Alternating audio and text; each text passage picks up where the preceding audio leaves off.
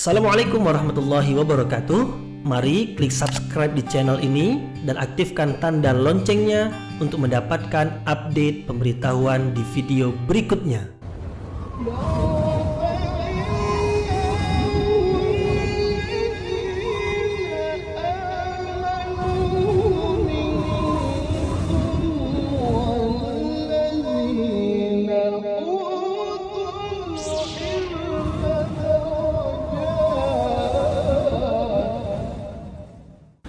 A'udzu billahi minasyaitonir rajim. Bismillahirrahmanirrahim. Assalamualaikum warahmatullahi wabarakatuh. Alhamdulillahi rabbil alamin wa bihi nasta'inu ala umurid dunya waddin. Nasta'inuhu wa nastaghfiruh wa na'udzu billahi min syururi anfusina wa min sayyiati a'malina. فَمَنْ يَهْدِهِ اللَّهُ فَلَا مُضِلَّ لَهُ وَمَنْ يُضْلِلْ فَلَا هَادِيَ لَهُ أَشْهَدُ أَنْ لَا إِلَهَ إِلَّا اللَّهُ وَحْدَهُ لَا شَرِيكَ لَهُ وَأَشْهَدُ أَنَّ مُحَمَّدًا عَبْدُهُ وَرَسُولُهُ لَا نَبِيَّ بَعْدَهُ أَمَّا بَعْدُ. Kita bersyukur dengan mengucapkan Alhamdulillahi Rabbil Alamin. Tidak lupa pula bersalawat kepada Rasulullah sallallahu alaihi wasallam dengan mengucapkan Allahumma salli ala sayyidina Muhammad wa ala ali sayyidina Muhammad.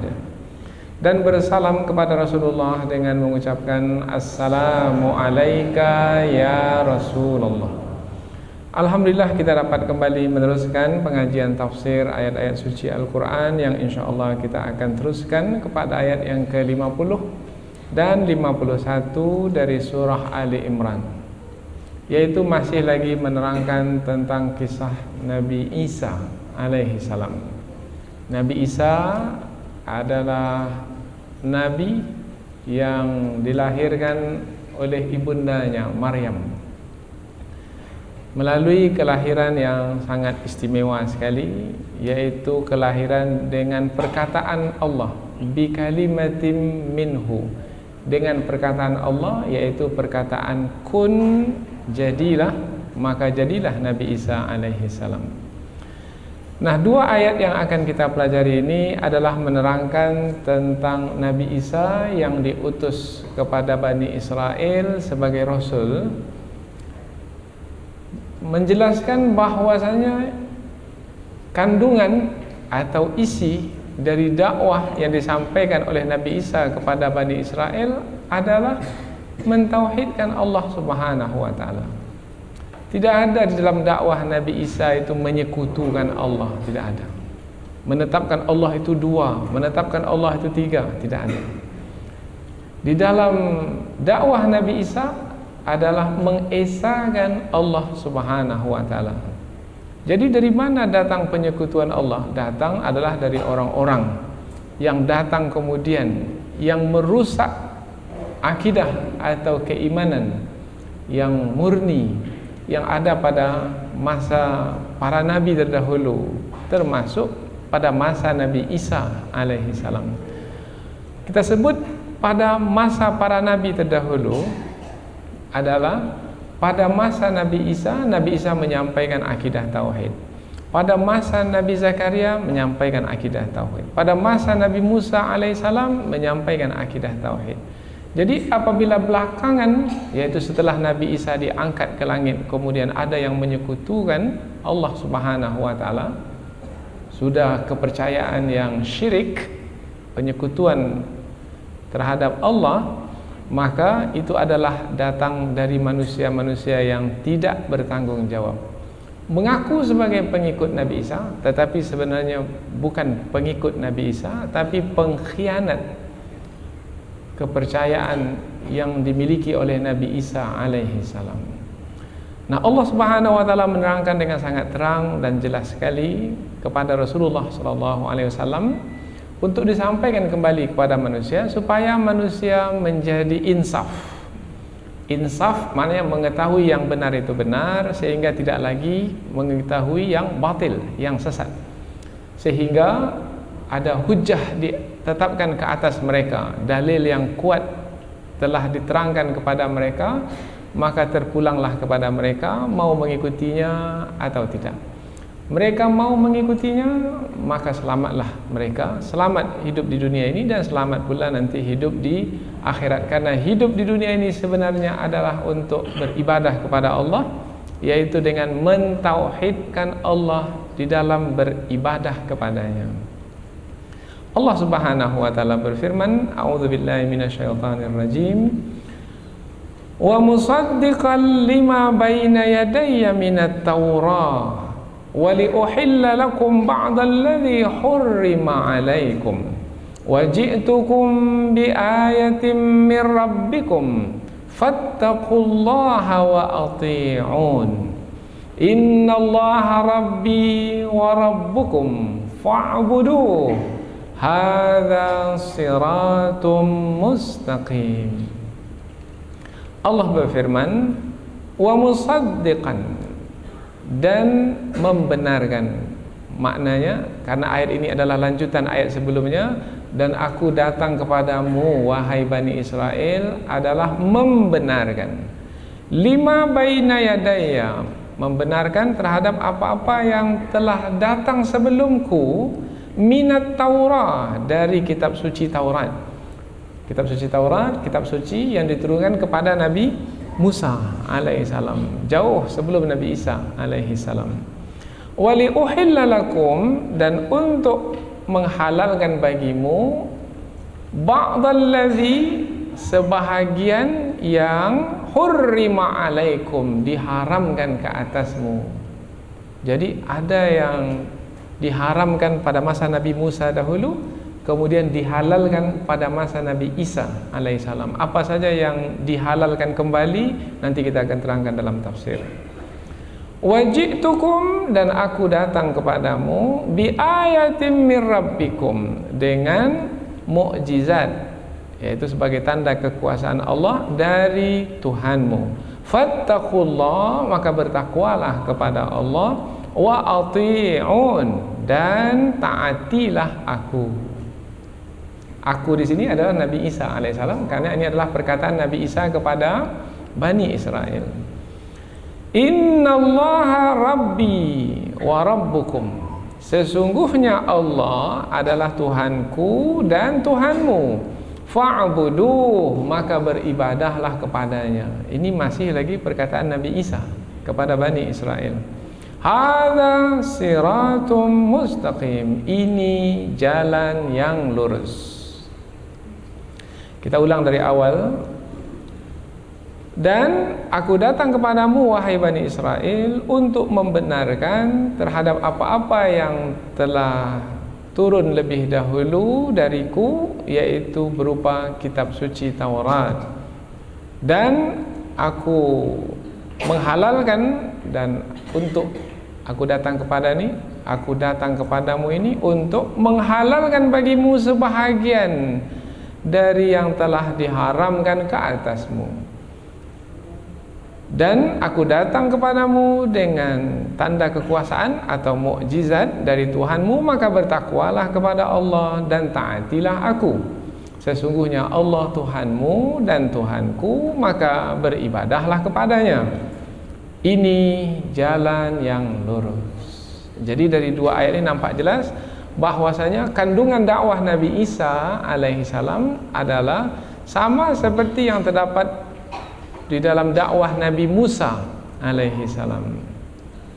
Kemudian juga diterangkan di dalam ayat ini bahwasanya Allah Subhanahu wa taala menerangkan bahwasanya Nabi Isa menyeru kaumnya supaya bertakwa kepada Allah dan taat kepada Rasul. Kemudian juga Allah Subhanahu wa taala adalah Tuhan sekalian manusia. Tuhan Nabi Isa, Tuhan Bani Israel, Tuhan sekalian manusia. Maka apabila beribadahlah kepada Allah Subhanahu wa taala, jangan kepada selain Allah. Dan beribadah kepada Allah dengan mentauhidkan Allah dengan penuh keikhlasan dan kesungguhan, itu adalah jalan yang lurus. Nah, inilah dia kandungan ringkas dari dua ayat yang akan kita tafsirkan insyaallah. Sekarang kita akan teruskan kepada tafsir ayat dengan lebih terperinci. Ayat ini dimulai dengan perkataan wa di pangkal ayat, wa musaddiqan, dan membenarkan. Bermakna ayat ini adalah lanjutan dari ayat yang sebelumnya. Dari mana ayat ini? Sebelumnya yang mana? Sebelumnya adalah anni qad ji'tukum bi ayatin mir rabbikum. Sesungguhnya aku datang dengan tanda kekuasaan dari Tuhanmu. Dan aku datang kepadamu wahai Bani Israel adalah untuk membenarkan. Wajitukum musaddiqan lima baina yadayya minat Taurah. Dan aku datang kepadamu adalah untuk membenarkan kitab suci yang telah turun lebih dahulu dariku. Lalu diterangkan apa kitab suci yang telah turun lebih dahulu dari Nabi Isa alaihissalam, minat Taurat. Musaddiqan, membenarkan. Apa makna membenarkan di sini? Makna membenarkan di sini adalah seperti apa kandungan kitab suci Taurat dahulu, seperti itulah kandungan kitab suci Injil. Kandungan kitab suci Taurat dahulu mentauhidkan Allah, maka kandungan kitab suci Injil adalah mentauhidkan Allah juga. Maka apabila sama, bermakna yang dibawa oleh Nabi Isa itu membenarkan yang dibawa oleh Nabi Musa alaihissalam, yaitu sama-sama kandungannya adalah mentauhidkan Allah. Bahkan bukan hanya yang dibawa oleh Nabi Musa, yang dibawa oleh Nabi Ibrahim, yang dibawa oleh Nabi Nuh, yang dibawa oleh Nabi Adam, semua yang dibawa oleh para nabi adalah mentauhidkan Allah Subhanahu wa taala. Rasul ketika diutus kepada kaum, maka perkataan mereka kepada kaum adalah ani'budullaha ma lakum min ilahin ghairuh. Ani'budullah, beribadahlah kepada Allah, ma lakum, tidak ada bagimu, min ilahin, satu Tuhan pun, ghairuh, kecuali Allah Subhanahu wa taala. Itu perkataan setiap rasul yang diutus kepada kaum mereka. Termasuklah Rasulullah sallallahu alaihi wasallam, yaitu wa ilahukum ilahu wahid. Tuhan kamu adalah Tuhan yang Maha Esa. Qul, wahai Muhammad, katakanlah wahai Muhammad, huwallahu ahad. Katakan Allah itu Esa. Jadi semua para rasul menyeru kepada mentauhidkan Allah Subhanahu wa taala. Jadi tak ada yang menyeru kepada menyekutukan Allah. Jadi disebut musaddiqan, membenarkan, bermakna sama dari sisi akidah. Apa yang dibawa oleh setiap para rasul adalah sama. Itu makna musaddiqan, membenarkan. Wa musaddiqan lima baina yadayya minat Taurah wa li uhilla lakum ba'dalladzi hurrima alaikum. Dan aku datang ini adalah untuk menghalalkan sebahagian yang telah diharamkan ke atasmu. Ke atasmu maknanya ke atasmu wahai Bani Israel. Bani Israel ni bukan hanya pada masa Nabi Isa saja. Bani Israel sudah kita terangkan semenjak zaman Nabi Yakub alaihissalam. Karena Nabi Yakub itu digelar dengan Israel. Maka anak-anak Nabi Yakub disebut Bani Israel, keturunan Israel, keturunan Nabi Yakub. Nabi Musa dari kalangan Bani Israel, Nabi Harun, Nabi Zakaria, Nabi Yahya, semua dari kalangan Bani Israel yang kita sebut ini. Nah, pada masa Nabi Musa alaihissalam dahulu, ada beberapa perkara yang diharamkan kepada Bani Israel. Apa di antara yang diharamkan kepada mereka dahulu? Yang diharamkan pada mereka dahulu di antaranya adalah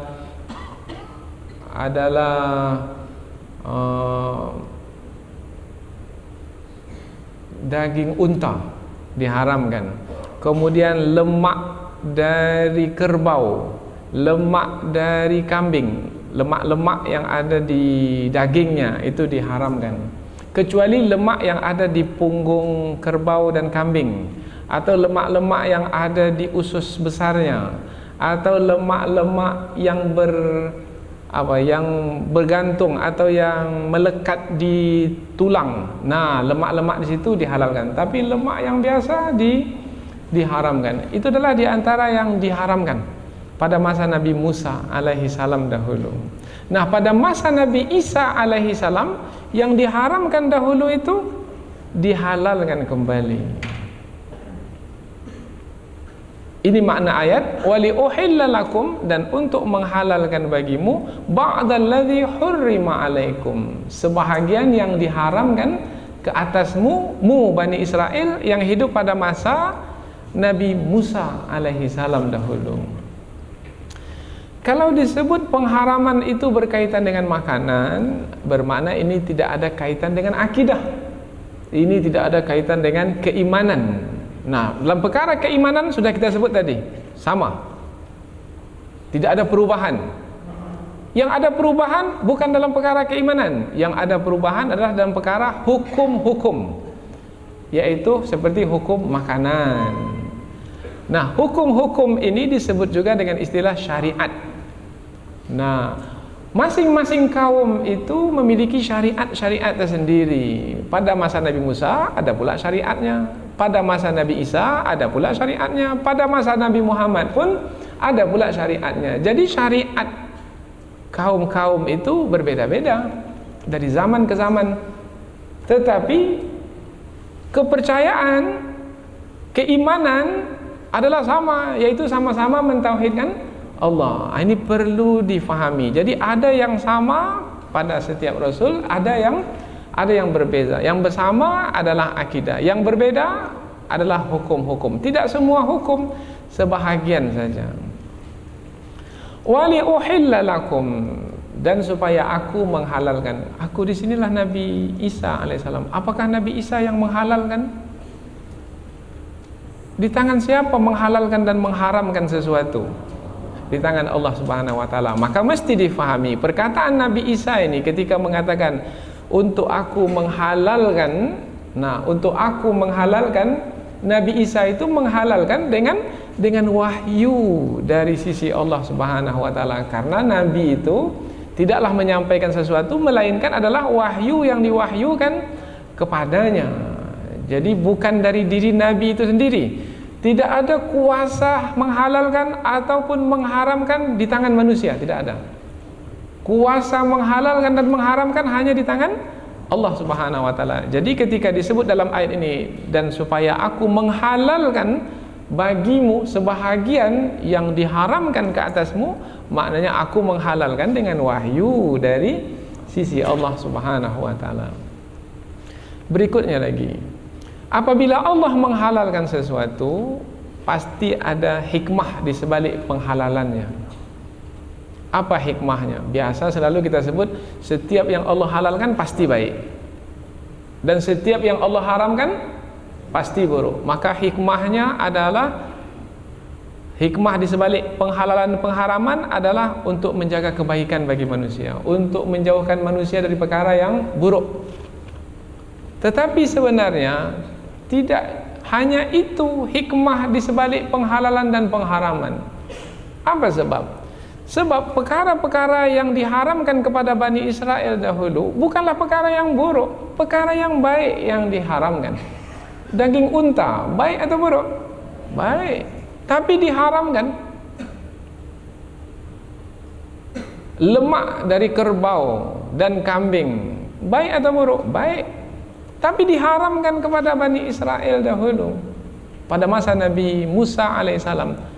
Apa sebab diharamkan kepada mereka? Bukan karena yang diharamkan itu buruk, tidak baik. Mengapa diharamkan? Diharamkan karena hukuman ke atas diri mereka. Karena mereka melakukan kezaliman, maka Allah haramkan makanan yang enak untuk mereka. Daging unta itu enak, Allah haramkan sebagai hukuman, siksaan ke atas diri mereka. Sebab dengan mengharamkan yang baik, menjadi lebih sedikit rezeki bagi mereka. Menjadi lebih sedikit, menjadi lebih sengsara mereka. Karena daging unta sudah tak dibenarkan lagi. Maka disebutkan dalam surah An-Nisa ayat 160, "Fabizulmim minalladzina hadu disebabkan karena kezaliman orang-orang Yahudi itu. Allah sebutkan kata orang-orang Yahudi langsung. Orang Yahudi adalah sebahagian dari Bani Israel. Kalau disebut Bani Israel, ada kelompok orang-orang Yahudi namanya, ada lagi kelompok orang-orang Nasrani namanya. Dua-dua ini dari kalangan Bani Israel. Fabizulmim minalladzina hadu, dan disebabkan karena kezaliman orang-orang Yahudi itu, haramna alaihim, kami haramkan ke atas mereka, thayyibatin uhillat lahum, perkara-perkara yang baik yang diharamkan, yang dihalalkan untuk mereka, kami haramkan. Sebagai apa? Sebagai hukuman, sebagai siksaan ke atas mereka. Jadi bukan hanya hikmah penghalalan pengharaman itu, halal itu baik, haram itu buruk. Tidak. Kepada orang Yahudi dahulu malah yang baik pun diharamkan ke atas mereka. Tujuannya adalah untuk menghukum mereka. Nah, yang dahulu penghukuman ke atas mereka dicabut oleh Allah pada masa Nabi Isa alaihissalam, sehingga yang dahulu diharamkan, yang sekarang dihalalkan kembali sebagai karunia bagi mereka. Maka mestinya mereka bersyukur karena Allah sudah mengangkat azab atau siksaan ke atas mereka dengan menghalalkan kembali apa yang dahulu diharamkan ke atas mereka. Ini makna wali uhilla lakum ba'dallazi hurrima alaikum. Tapi mereka ini, khususnya orang-orang Nasrani yang mengatakan pengikut Nabi Isa, mereka pula adalah merubah apa yang sudah ditetapkan pada masa Nabi Isa alaihissalam. Apa yang ditetapkan pada Nabi Isa? Ditetapkan pada masa Nabi Isa, babi itu haram, sebagaimana ditetapkan pada masa Nabi Musa dahulu. Nabi Musa, babi haram. Pada masa Nabi Isa, babi haram. Tetapi ketika Nabi Isa sudah diangkat, mereka halalkan babi. Mereka rubah. Ada lagi yang mereka rubah. Yang mereka rubah adalah, ini perkataan berkaitan dengan halal haram. Ada lagi yang mereka rubah, yaitu tentang riba. Pada masa Nabi Musa diharamkan riba. Pada masa Nabi Isa diharamkan riba. Wa akhdhihimur riba wa qad nuhu anhu. Nanti kita akan jumpa ayatnya. Dan mereka mengambil riba, padahal mereka telah dilarang untuk mengambilnya. Tapi setelah diangkat Nabi Isa, mereka halalkan pula riba. Maka sekarang ni yang banyak mengendalikan bank-bank konvensional yang ribawi adalah mereka. Kita pula terikut-ikut jejak mereka. Mungkin karena kebodohan, mungkin karena kelalaian, mungkin juga karena kesombongan dan keangkuhan. Itu perkara yang haram dahulu tapi dihalalkan. Ada lagi yang mereka rubah, sampai hari ini mereka rubah, yaitu pada masa Nabi Musa alaihissalam dahulu, hari ibadah mereka itu hari Sabtu. Pada masa Nabi Isa alaihissalam, hari ibadah mereka itu juga hari Sabtu. Tapi ketika Nabi Isa diangkat ke langit, mereka rubah, bukan hari Sabtu, hari Ahad. Sebabnya karena hari Ahad itu hari pertama, Ahad wahid. Nah, maka mereka rubah. Karena hari Sabtu itu hari terakhir. Nah, hari Ahad hari pertama, maka mereka rubah ibadat hari Ahad. Sampai hari ini kita pula terikut-ikut, hari Ahad pun ikut cuti pula, libur pula. Sebenarnya libur kita bukan hari Ahad, libur kita adalah hari Jumat. Itu hari raya kita setiap minggu. Maka ada pondok-pondok pesantren tetap menjaga libur hari Jumat, tidak mau terikut-ikut orang yang berada di luar Islam yang liburnya hari Minggu. Sekarang pula ada pula hari kerja 5 hari saja. 5 hari kerja, liburnya Sabtu dan Ahad. Jumatnya tetap juga bekerja. Ini perlu perjuangan nampaknya untuk mengembalikan kepada hakikat yang sebenarnya. Dari mana mulai? Nah, dari kelompok yang terkecil. Kalau bisa merubahnya, kita rubah dari pondok pesantren. Maka banyak pondok-pondok pesantren tak ikut hari Ahad libur, tidak, ikut hari Jumat. Tapi ada juga pondok pesantren hari Ahad pula liburnya, bermakna tidak ada nilai perjuangan yang mereka usahakan. Man tasyabaha biqaumin fahuwa minhum. Ada peringatan dari Rasul, siapa yang menyerupai satu kaum, maka dikhawatirkan dia akan termasuk ke dalam kaum tersebut. Nah, ini perkara halal dan haram. Wa li uhilla lakum ba'dalladzi hurrima alaikum. Dan supaya aku menghalalkan bagimu sebahagian dari apa yang diharamkan ke atasmu. Dari ayat ini juga, seperti Imam Ibnu Katsir dalam tafsir beliau menyebutkan, menunjukkan bahwasanya kaitan dengan syariat, boleh jadi syariat yang datang kemudian itu menasakh hukum-hukum yang ada pada syariat terdahulu. Apa makna menasakh ini? Menasakh ini maknanya menghapuskan hukum. Hukum pada masa dahulu haram, tapi pada masa Nabi Isa tidak, halal. Nah, bermakna Nabi Isa ini telah menasakh, telah menghapus hukum yang ada pada masa dahulu. Begitu juga pada masa Rasulullah SAW, ada hukum berlaku pada masa Nabi Isa dinasakh pada masa Rasulullah. Umpamanya hukum memaafkan dalam perkara pembunuhan. Pada masa Nabi Isa dahulu tidak ada hukum qisas. Kalau ada orang membunuh, maka orang yang membunuh itu tidak dibunuh. Nah, pada masa Nabi Musa dahulu, yang membunuh mesti dibunuh. Tidak ada maaf bagi si pembunuh. Kalau pada masa Nabi Isa pula, orang yang membunuh tidak dibunuh, tapi mesti dimaafkan. Itu syariat Nabi Isa. Syariat Nabi Muhammad pula adalah orang yang membunuh, kalau memang mau tuntut darah, bunuh orang yang membunuh itu. Kalau tak mau menuntut darah, memaafkan, boleh. Jadi ada pilihan. Nah, jadi syariat Nabi Muhammad adalah gabungan dari syariat Nabi Musa dan Nabi Isa dalam perkara hukum qisas. Nah, jadi dari ayat ini nampaklah jelas bahwasanya syariat Nabi Isa sebahagiannya menasakh syariat Nabi Musa alaihissalam. Tapi ingat, sekali lagi kita sebut, hanya dalam perkara yang berkaitan dengan hukum-hukum saja, tidak dalam perkara yang berkaitan dengan akidah. Karena kesesatan orang-orang Yahudi dan Nasrani adalah berkaitan dengan akidah, yaitu menyekutukan Allah. Wajitukum biayatin min rabbikum, dan aku datang kepadamu dengan mukjizat dari Tuhanmu. Ini sudah disebutkan dalam ayat sebelum ini.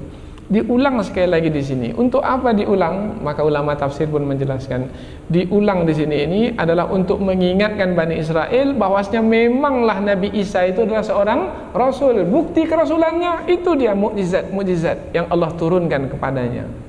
Nah, apabila sudah memperakui Nabi Isa sebagai Rasul, maka ikutilah ajaran Nabi Isa. Jangan pula bertentangan dengan ajaran yang dibawa oleh Nabi Isa. Bertentangan, Nabi Isa mentauhidkan Allah, kemudian bertentangan, maknanya pula menyekutukan Allah pula. Oh, tidak. Kalau sudah memperakui Nabi Isa adalah seorang Rasul dan mukjizat-mukjizat ada bersama dengannya sebagai bukti kebenarannya sebagai seorang Rasul, maka ikutilah Nabi Isa alaihissalam. Maka berikutnya lagi Allah menerangkan tentang perkataan Nabi Isa alaihissalam yang menjalankan tugas dengan sempurna, yaitu mengatakan kepada Bani Israel, wahai Bani Israel, fattaqullah wa ati'un, bertakwalah kamu kepada Allah dan taatilah aku. Seperti apa yang kuperintahkan kepadamu, taati. Seperti apa yang kularang, taati. Yang kuperintahkan, ikuti. Yang kularang, jauhi. Yang kuperintahkan, tauhidkan Allah. Tauhidkan Allah. Yang kularang, jangan menyekutukan Allah. Jangan menyekutukan Allah. Jadi Nabi Isa sempurna menyampaikan tanggung jawab sebagai seorang Rasul. Jadi kesalahan pada Nabi Isa Tidak. Kesalahan pada siapa? Kepada Bani Israel itu sendiri. Bahkan yang anehnya sekali, dalam ajaran orang-orang Kristen pada hari ini, yaitu yang menghalalkan babi. Apa sebab babi mereka halalkan?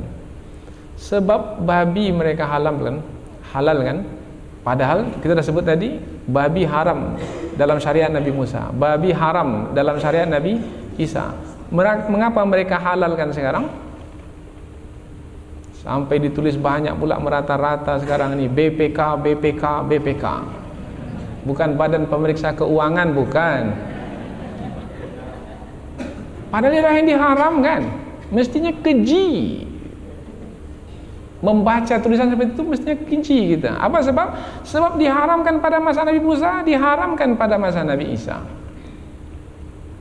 Dan kapan pula penghalalannya? Penghalalannya melalui mimpi yang dialami oleh Petrus. Petrus bermimpi, dalam mimpinya itu ia melihat gambar babi turun dari langit. Maka jadi halal lah babi. Begitu mudah penghalalan. Tadi sudah kita terangkan, penghalalan sesuatu, pengharaman sesuatu adalah hak mutlak Allah. Ini pula seorang Petrus, yaitu yang mengaku pengikut Nabi Isa yang jauh hidup setelah Nabi Isa alaihi salam. Apakah dia ada otoriti, ada kuasa untuk menghalalkan apa yang Allah haramkan? Maka banyak pendeta-pendeta yang telah memeluk Islam, mantan pendeta, menulis dalam buku mereka dengan mengatakan, siapa yang mengatakan Nabi Isa itu telah menghalalkan babi? Coba jawab, mana dia dalil dalam Injil yang mengatakan babi itu halal? Bahkan Markus sendiri dalam kitab Injil menulis bahwasanya babi itu haram. Dari mana mereka datang dengan penghalalan babi? Nah, ini adalah perbuatan yang tidak bertanggung jawab. Nabi Isa sepenuhnya bertanggung jawab, yaitu dengan menyampaikan perkara yang sebenarnya. Lalu mengapa terjadi kesesatan, kebatilan, penyimpangan?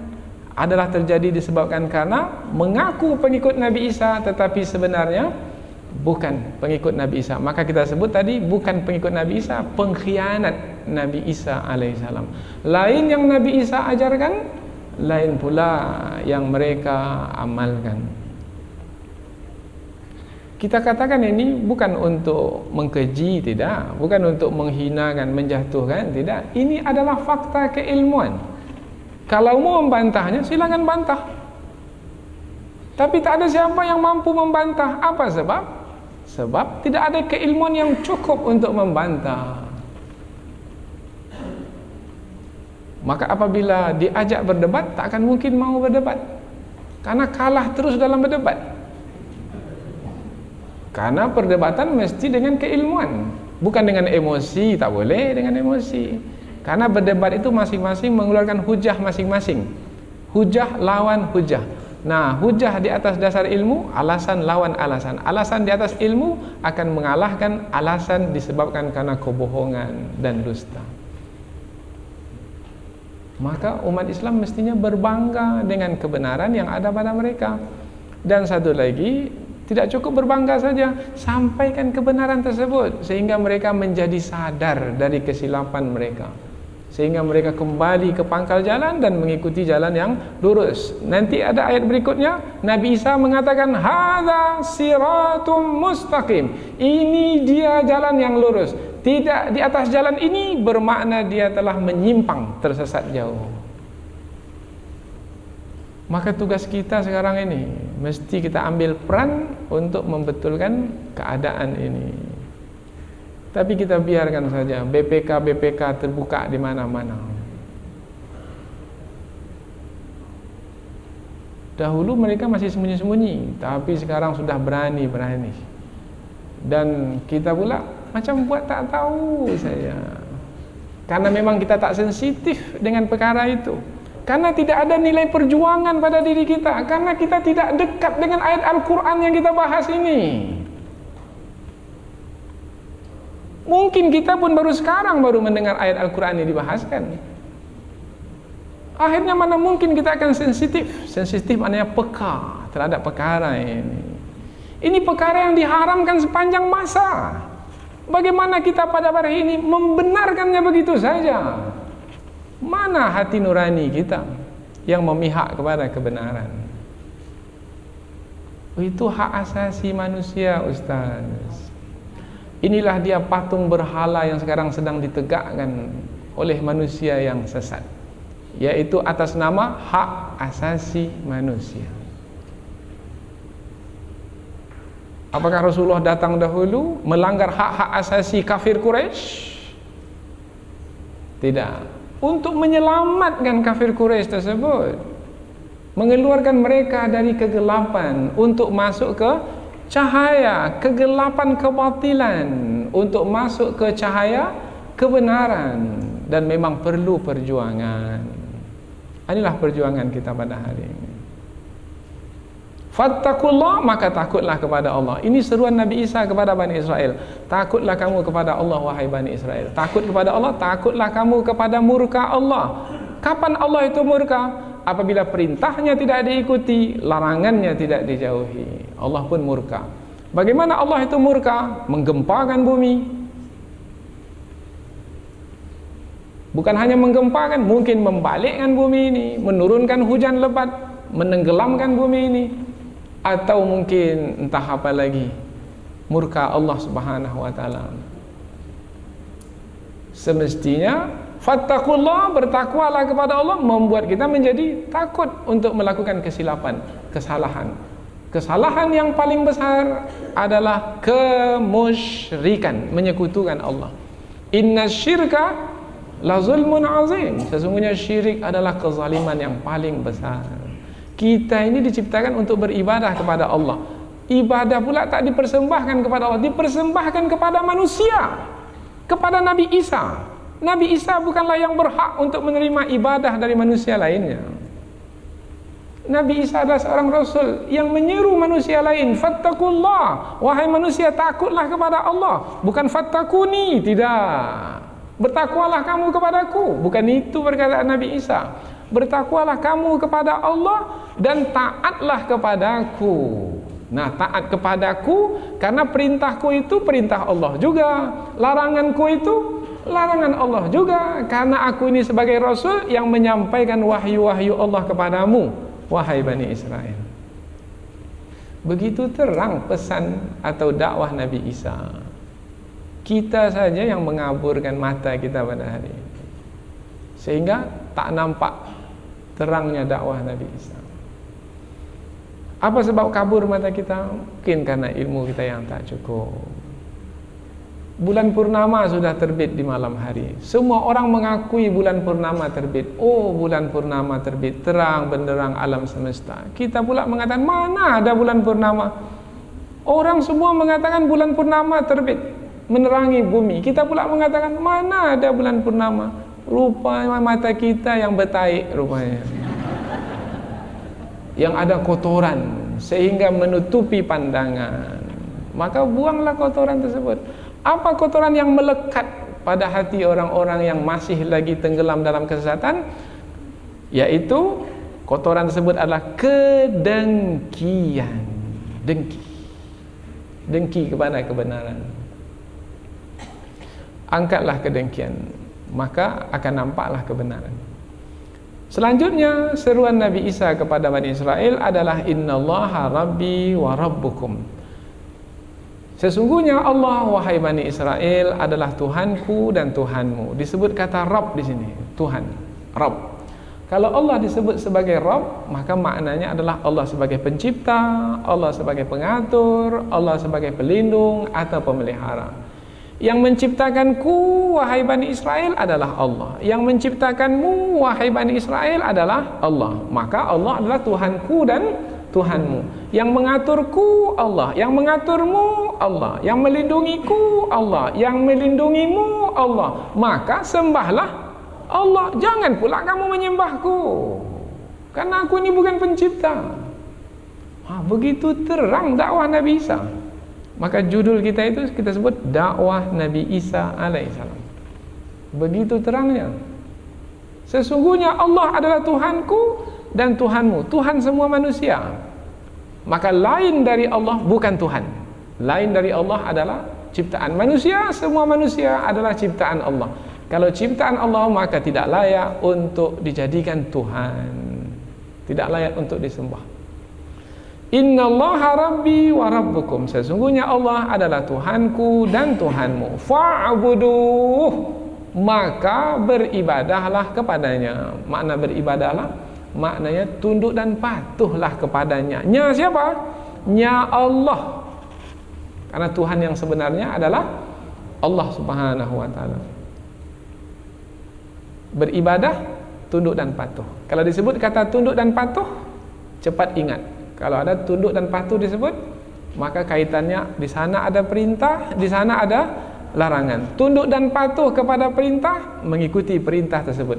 Tunduk dan patuh kepada larangan, maknanya menjauhi larangan tersebut. Maka makna seruan Nabi Isa, fa'budu, maka beribadahlah kepadanya.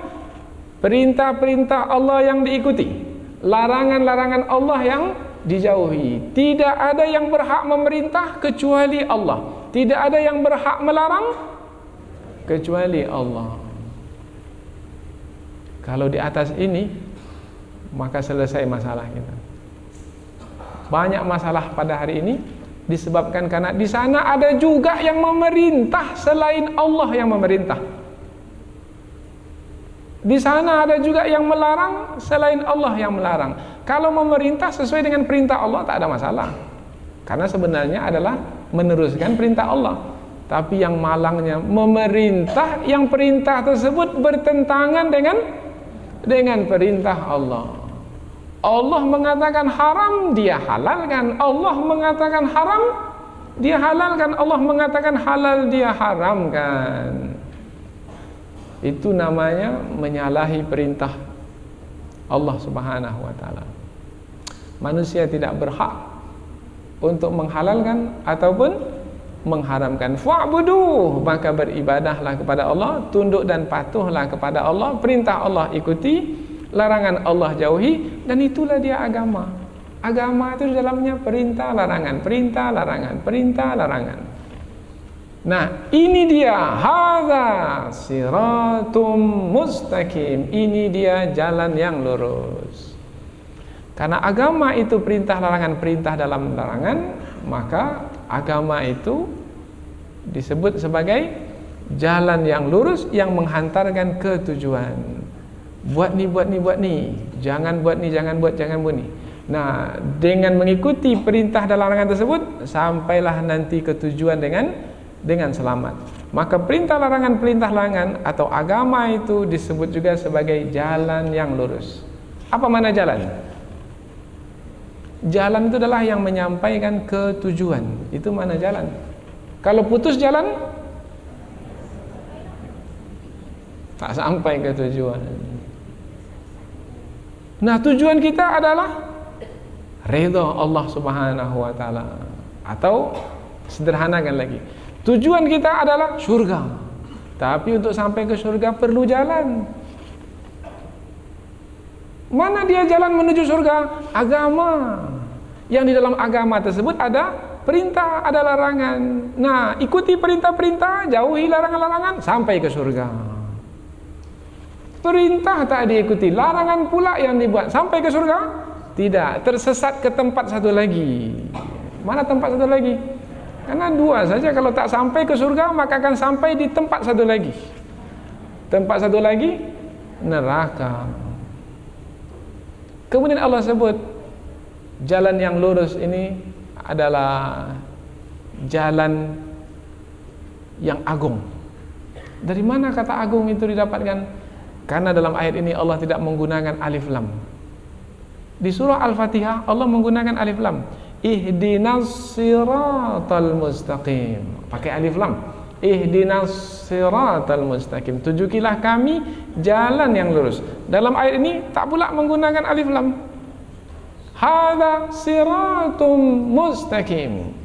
Orang yang menguasai ilmu Quran, ini perlu diterangkan ini.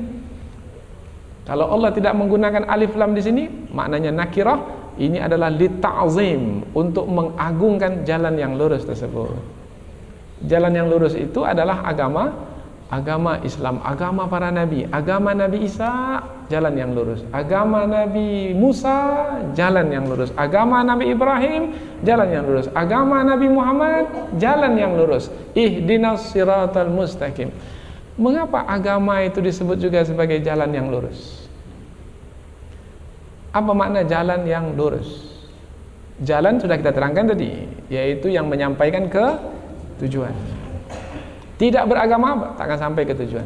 Seperti orang yang berjalan tapi jalannya tak ada, putus, tak akan mungkin dia sampai ke tujuan. Sekarang pula jalan-jalan yang lurus.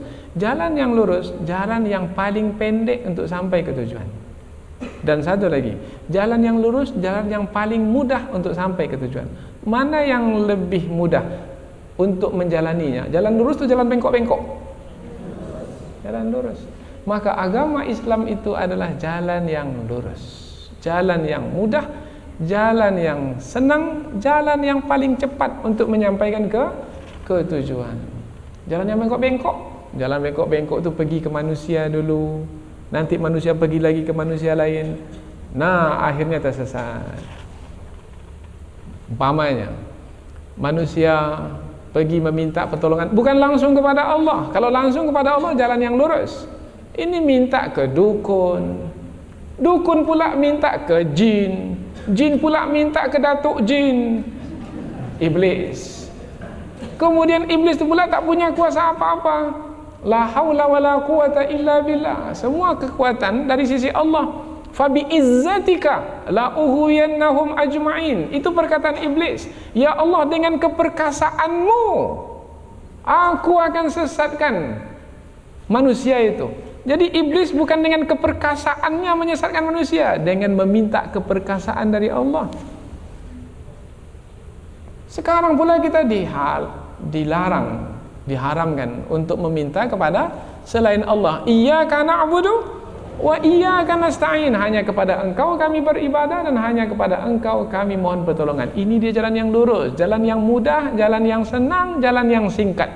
Kita pula cari jalan yang susah, yang berbelok-belok. Sampai hari ini masih ada lagi pergi ke dukun, pergi ke pasir Pengarayan sana, pergi ke Teratak Buluh, pergi ke, tak perlu pergi kemana-mana. Ambil wudu, salat 2 rakaat, kemudian memohonlah kepada Allah. Kalau di Malaysia sana sampai ke utara cari dukun, ke Siam namanya. Kononnya dukun Siam itu lebih hebat. Tahu Siam? Siam Thailand. Tak juga, tenggelam juga. Kalau di Jawa sana ada pula dukun-dukun pantai selatan kononnya, karena dekat-dekat dengan Nyi Roro Kidul. Tidak, tak ada kuasa melainkan dari Allah. Wa ma hum bidarrina bihi min ahadin illa biiznillah. Tak ada siapa yang mampu mendatangkan kemudaratan. Iblis pun tak mampu mendatangkan kemudaratan kecuali dengan izin Allah Subhanahu wa taala. Mengapa tidak menjalin hubungan saja dengan Allah?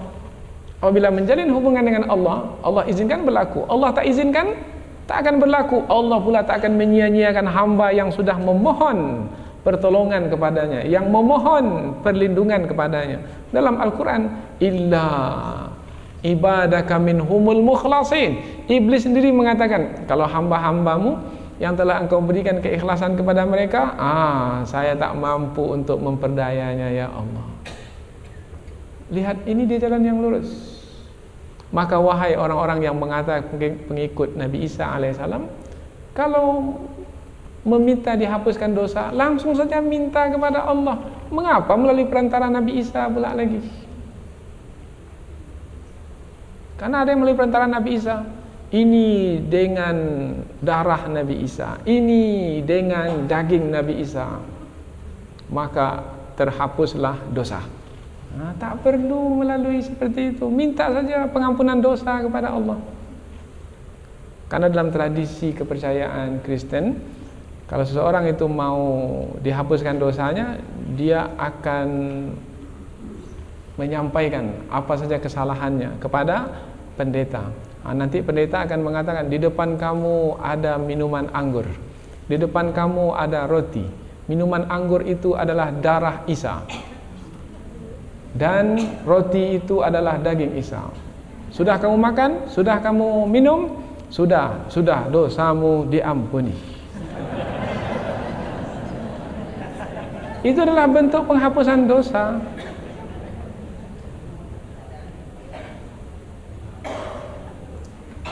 Mudah sekali diampuni dosa.